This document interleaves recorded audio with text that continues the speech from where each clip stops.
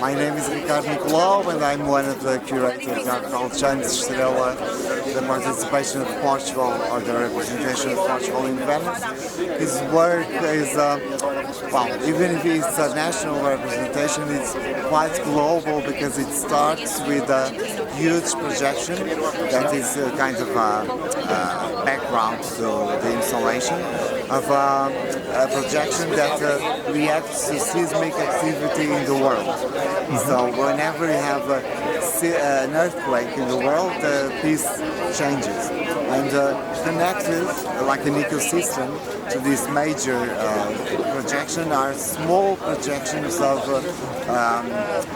animations that the artist did with data that he collected in neuroscience labs and that study the behavior of animals that, as we know, are known to predict earthquakes.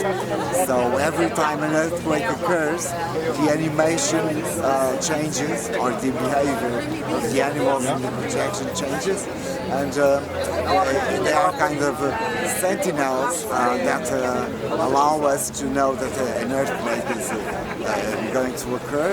And as many animals, the animals studied in these labs freeze whenever they feel fear. So when an earthquake occurs, they freeze, they try to hide, and then they freeze. So as I said, even if it's a national representation, it's a global project that connects every point in the world. And during the period of the biennial, some replicas of the pieces that are shown here are being exhibited in places that are unfortunately famous for their seismic activity, like San Francisco, Los Angeles, Lima in Peru, and Lisbon. So these replicas will be on view from today till the end of the biennial, which makes this project, or stresses the fact that this project is eminently global.